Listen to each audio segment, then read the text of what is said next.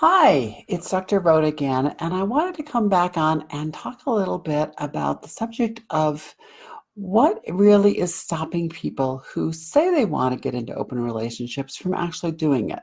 Because I've been noticing a lot lately that there are a number of people who talk about transitioning to an open relationship, yet never quite take the plunge. They talk about it for months or years, and what is it that really holds them back? And I think there's really a number of things that tend to hold people back from doing this. The number one thing is obviously fear. They are afraid to admit that they want something different.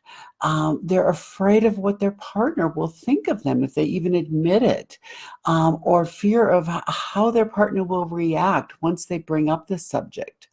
Um, and they don't really know how to explain their interest, and they let that fear about it hold them back. I think the second thing is a lack of knowledge. And while there's a lot of information out there in the world, there's also a lot of misinformation about what open relationships really are, how they work, and the many, many different ways that they can be designed. And this can lead a lot of people to the third thing, which is overwhelm. With the internet, it's kind of the opposite of not enough information. There's so much information, and sorting through all the different books, the podcasts, the blog posts, the websites, all the various resources on the different types of open relationships can really get people to a point of just being overwhelmed. As well as I think for many people that it's easier to make no decision than risking making a mistake. Because if we go back to the fear thing, so many people are afraid of making mistakes. And yes, taking risks can be difficult, even when they're risks you want, and you have all the information you need. Yet, if you're going to create a life that's truly authentic and fulfilling in any area, whether we're talking careers or relationships, it takes a certain amount of risk. And to be successful in creating a life that you want, you have to be willing to take risks.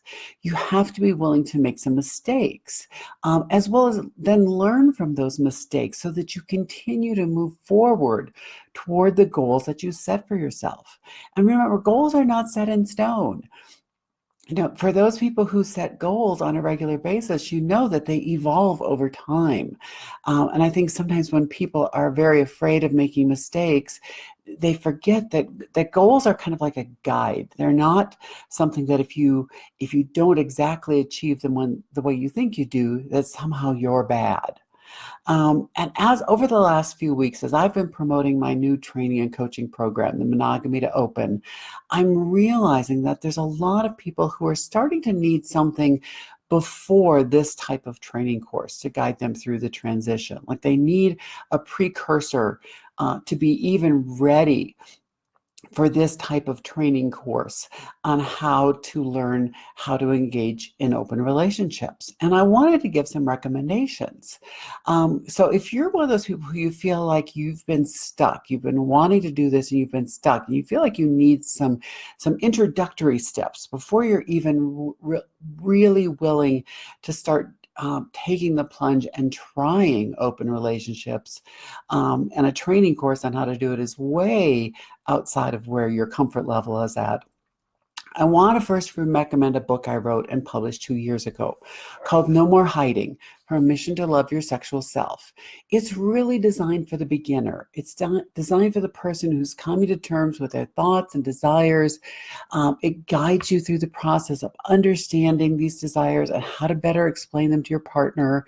And if this is you, I'd recommend getting either the original paperback or the Kindle version, both of which are available on Amazon, and very easy to get a hold of. The second thing I would say is that next week I plan to announce a challenge for the new year. Let's face it, it's only about 2 more months until 2020 is going to be upon us. So if you really feel you need some help to make 2020 the year you stop thinking about having an open relationship and actually take the steps to make it a reality, then join me next week when I talk about the new challenge I'm going to start for the new year. You'll really want to be around to hear that. But if you feel like you have started taking the steps and you're struggling with some of the challenge, and maybe those beginning steps really aren't for you, maybe you do need some sort of training program, and you haven't gone and watched my webinar, Is an Open Relationship Right for You, and gotten the introduction to the Monogamy to Open program, um, let me know. I'll be happy to send you the registration link.